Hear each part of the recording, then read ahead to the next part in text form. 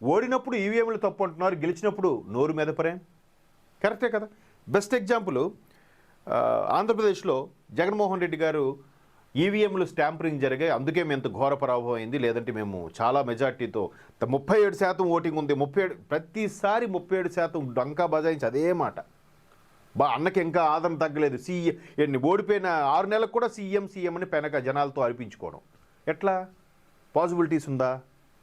అంటే ఒక రకమైన ధోరణిలో వాళ్ళు అదే ట్రాన్స్లో ఉండిపోతున్నారు. బయటికి రండి, ఉన్న కొద్దిమంది కార్యకర్తల నాయకుల్ని కాపాడుకోండి, పార్టీని 2029 వరకు నిలబెట్టుకోండి.